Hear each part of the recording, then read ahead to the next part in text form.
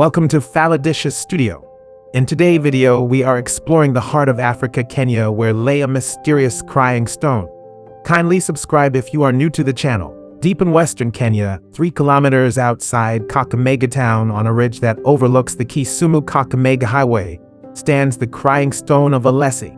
Known in the local tongue as Ikongo Murwi, it is about 40 meters tall, a large boulder balanced on a column of rock with water flowing from a groove in the center. The strange rock formation resembles a solemn head resting on weary shoulders, and from certain angles it looks like a person who is crying. However, in recent years, the tracks made by water running down the rock face have been more visible because the crying stone of Alesi is often dry. It hasn't cried continually as it once did for years, and the exact cause is unclear.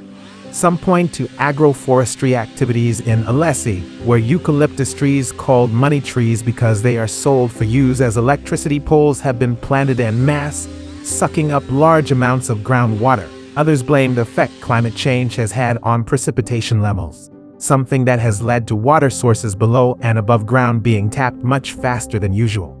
A climate risk profile on Kakamega County published by Kenya's Ministry of Agriculture, Livestock and Fisheries reveals that while there has been an increase in the average annual rainfall in the county in recent years, it has been erratic and largely concentrated in highly intense bursts. Farmers noted changing seasonality, including delayed onset of rains, for instance from March to April, unreliability and variability of the rains, reduced or increased amounts of rainfall, higher temperatures during the hot season, and much lower temperatures in the cold season, the report said. Farmers attested to receiving more erratic rainfall, including unusual early rains followed by weeks of dry periods. Still, the science linking dropping precipitation rates to the drying up of the stone's water is unclear. Samuel I. Eko, a Water Resources Management Authority official in Kakamega, said when water flowed down the stone, it meant that it was going to rain. Much about the stone has a mythical quality. Water is supposed to drip down. The unique thing about the stone is that the water comes from the top, so it can't be a spring. In the lobby of the plush golf hotel in the heart of Kakamega town, a painting of Ikongo Murwi is prominently placed. Kakamega is replete with symbols of the stone, from the numerous hotels in Alesi named after it, to the county flag with a stone at its center. It also features prominently in local lore. Among the Isaka community that lives nearby, it is believed the stone's tears are a harbinger of a bumper harvest, while in pre-colonial times before the British expanded their influence in Kenya, the rock acted as a good omen for local Isaka warriors.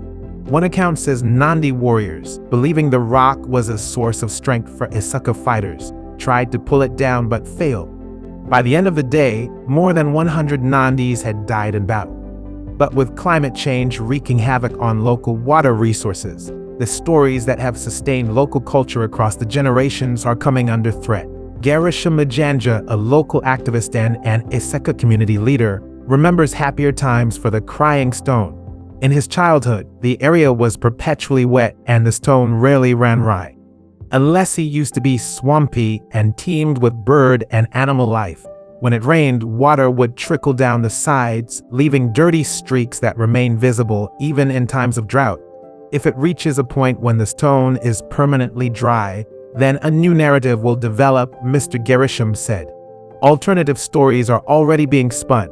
In a public address made 2 years ago, Wycliffe Oparanya, the governor of Kakamega County, declared that the stone had run dry because he had ordered it to, but said if you visit, it will cry after 5 minutes. Other groups of people are making efforts to reclaim the narrative.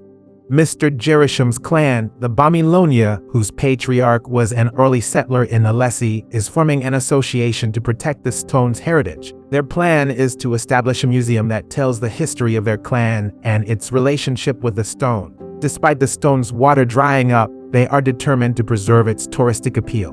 We want to keep the myth so that you guys can keep coming, Mr. Gerisham said.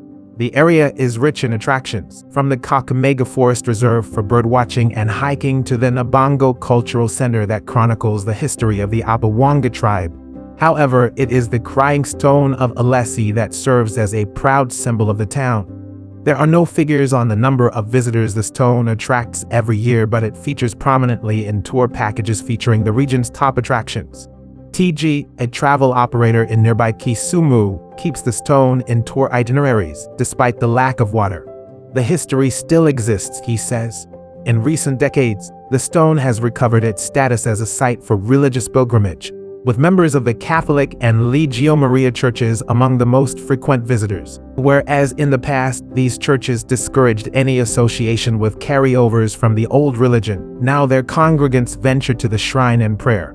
The steady stream of visitors provides a revenue stream for some members of the local community, whether through tours and entry to the site, as well as the restaurants and hotels the stone helps fill. Sivincha, an Alesi local, lives next to Ikango Marwi. The worshippers, she said, pray at the stone from 6 in the morning until 9 p.m. when they retire to her house to sleep, before waking up the next day to repeat the process. She receives a small sum for hosting. They leave me something for bread, she says. But the longer the stone stays dry, the higher the chance that the old beliefs may fall away, leaving this local landmark devoid of the stories that have enhanced the town's status for generations.